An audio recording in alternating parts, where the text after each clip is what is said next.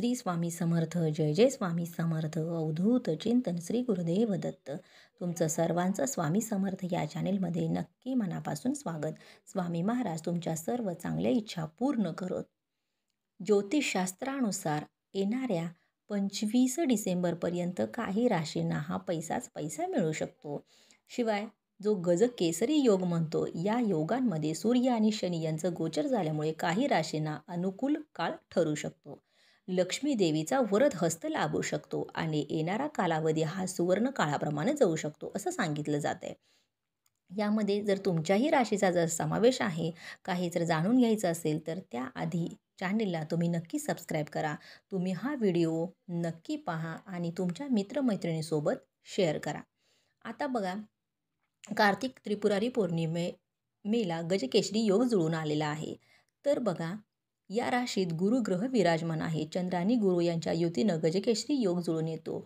या योगाचा अनेक राशींना उत्तम लाभ होऊ शकतो. देवी लक्ष्मीचे अनेक आशीर्वाद देखील प्राप्त होऊ शकतात असं सांगितलं जातं. आता शिवाय 15 नोव्हेंबरला कार्तिक पौर्णिमा झालेली आहे. 9 ग्रहांचा न्यायाधीश मानला गेलेला शनी ग्रह कुंभ राशीत मार्गी झाला आहे. कुंभ ही शनीचे स्वामित्व असलेली राशी आहे. शनी स्वराशीत म्हणजेच कुंभ राशीत असल्याने राजयोग निर्माण झाला. याचा अनेक राशींना सकारात्मक अनुकूल प्रभाव सुद्धा दिसून येऊ शकतो. तर 9 ग्रहांचा राजा सूर्य हा 16 नोव्हेंबर 2024 रोजी वृश्चिक राशीत प्रवेश करत आहे. आता जवळपास महिनाभर सूर्य याच राशीमध्ये असेल, म्हणून येणारा काळ हा वृश्चिक संक्रांती म्हणून ओळखला जाणार आहे. सूर्याच्या वृश्चिक प्रवेशाचा अनेक राशींना फायदा होऊ शकतो असंही सांगितलं जाते.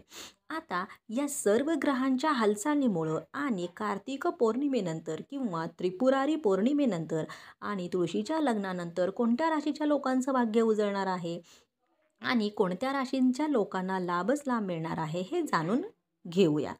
आता बघा, देवप्रबोधिनी एकादशीनंतर तुळशी विवाहाला सुरुवात होते आणि तुळशी विवाह हा कार्तिक महिन्यातील द्वादशी तिथीपासून ते कार्तिक पौर्णिमेपर्यंत साजरा केला जातो. आता नुकतीच कार्तिक पौर्णिमा म्हणजेच त्रिपुरारी पौर्णिमा संपलेली आहे आणि त्याचबरोबर तुळशीची लग्नसुद्धा झालेली आहेत.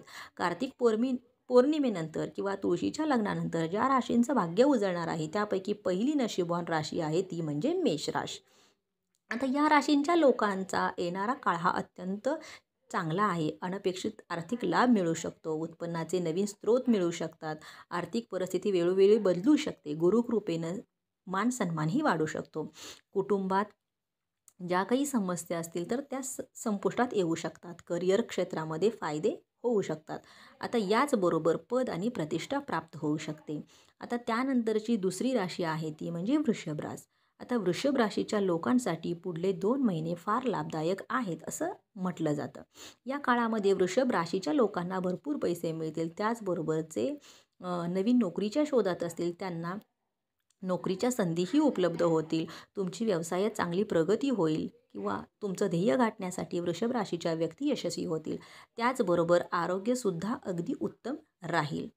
आता या व्यतिरिक्त वृषभ राशीच्या व्यक्ती कुटुंबासोबत चांगला वेळ घालवू शकतील. वाहन किंवा मालमत्ता खरेदी करायची असतील तर ती स्वप्नही या काळामध्ये पूर्ण होऊन जातील आणि अचानक आर्थिक लाभ होण्याची शक्यता आहे. करिअर क्षेत्रामध्ये बरेच फायदे मिळू शकतील. तुमच्या कामाची प्रशंसा लोक करतील. तुमची मेहनत पाहून वरिष्ठ अधिकारी सुद्धा तुमच्या सहकार्याला किंवा तुमचं कौतुक करतील. भागीदारीत चालवलेल्या व्यवसायात नफा मिळू शकतो. देवी लक्ष्मीचा आशीर्वाद सुद्धा या काळामध्ये वृषभ राशीच्या लोकांना मिळू शकतो. आता त्यानंतरची तिसरी रास आहे ती म्हणजे मिथुन रास. या राशीच्या लोकांना या काळामध्ये आर्थिक लाभ मिळू शकतो. विविध क्षेत्रामध्ये यश मिळू शकतं. अनपेक्षित लाभ मिळू शकतो. जीवनात आनंद येऊ शकतो. करिअर क्षेत्रात बरेच काही फायदे मिळू शकतात. घेतलेल्या निर्णयाचा फायदा मिथुन राशीच्या लोकांना या काळामध्ये होऊ शकतो. याचबरोबर व्यवसायाच्या क्षेत्रात फायदे होऊ शकतात. आता खरं तर हा काळ हा सुवर्णकाळ मानला जाऊ शकतो. त्यानंतरची चौथी राशी आहे ती म्हणजे कर्क राशी. या राशीच्या लोकांच्यासाठी संक्रमणाचा काळ हा फारच चांगला असणार आहे. या राशीच्या लोकांच्या उत्पन्नामध्ये चांगली वाढ होईल. तसेच त्यांचे अनेक दिवसापासून जी काही कामं रखडलेली असतील ती पूर्ण होतील. तुमची स्वप्न ध्येय गाठण्यामध्ये तुम्हाला यश मिळेल. कुटुंबातील वातावरण प्रसन्न असेल. त्याचबरोबर तुम्ही धार्मिक कार्याला सुद्धा एखाद्या ठिकाणी भेट देण्याची शक्यता आहे किंवा तुम्हाला संपत्ती मिळण्याची देखील शक्यता आहे. तुमचं उत्पन्न कमवण्याची संधी तुम्हाला मिळू शकते. शिवाय करिअरच्या नवनवीन संधी मिळतील, त्यात बढती मिळेल, व्यवसायामध्ये फायदा होईल, नवीन व्यवसायात प्रवेश करू शकता. जर आर्थिक परिस्थितीबद्दल बोलायचं झालं तर बचत करण्यास तुम्ही यशस्वी होऊ शकता. तसेच जोडीदारासोबत कर्क राशीच्या व्यक्ती चांगला वेळ घालवतील. त्यानंतरची रास आहे म्हणजे सिंह रास. आता कुंभ राशीच्या लोकांसाठी दीर्घकाळ केलेल्या मेहनतीचं फळ मिळू शकतं किंवा त्यांच्या कामाच्या ठिकाणी होणारे चढ उतार संपू शकतात. नोकरदार लोकांसाठी हा कालावधी अतिशय फायदेशीर आहे. कामाच्या ठिकाणी प्रशंसा होईल. मात्र सावधगिरी बाळगण्याची गरज आहे, नाहीतर भविष्यावर विपरीत परिणाम होऊ शकतो. आर्थिक स्थिती मजबूत होऊ शकते. कुटुंबासोबत सिंह राशीच्या व्यक्ती चांगला वेळ घालवू शकतात. आरोग्याबाबत थोडे सावध राहण्याचीही गरज आहे. त्यानंतरची राशी आहे ती म्हणजे कन्या राशी. कन्या राशीच्या लोकांच्यासाठी शनिकृपेने जीवनातील सर्व समस्या दूर होऊ शकतात. एकाग्रता, ज्ञान वाढू शकतं, बौद्धिक क्षमता वाढेल, कामाच्या ठिकाणी खूप यश मिळेल, व्यवसायाच्या क्षेत्रामध्ये खूप फायदा होईल, प्रतिस्पर्ध्यांना कडवी तुम्ही टक्कर देणार या व्यक्ती देऊ शकतील. आर्थिक स्थिती चांगली राहील. या काळामध्ये नशिबाची पूर्ण साथ मिळेल. वाहन, मालमत्ता, कपडे खरेदीचे योग जुळून येऊ लागतील. त्यानंतरची राशी आहे ती म्हणजे वृश्चिक राशी. वृश्चिक राशीच्या लोकांसाठी गजकेसरी योग काहीसा लाभदायक ठरू शकतो. प्रदीर्घ जी काही कामं असतील, प्रलंबित कामं असतील ते पूर्ण होऊ लागतील. कुटुंबात दीर्घकाळ चाललेली समस्या संपुष्टात येऊ शकते.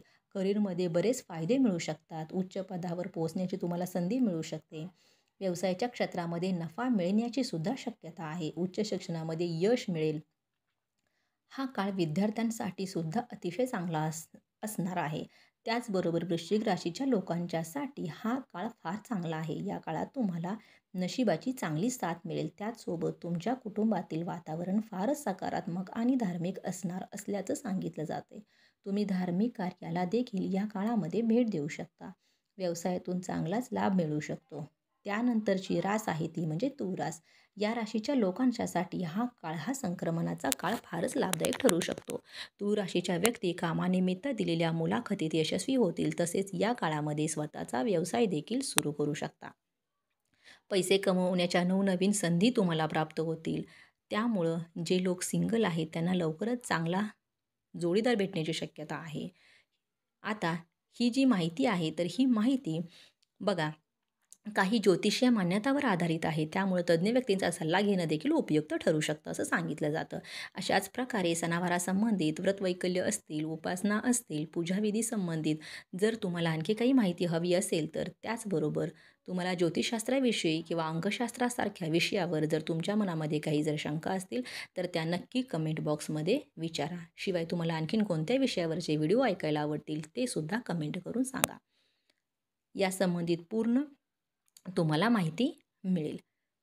झालेली सेवा स्वामींच्या चरणी अर्पण करते. श्री स्वामी समर्थ. जय जय स्वामी समर्थ.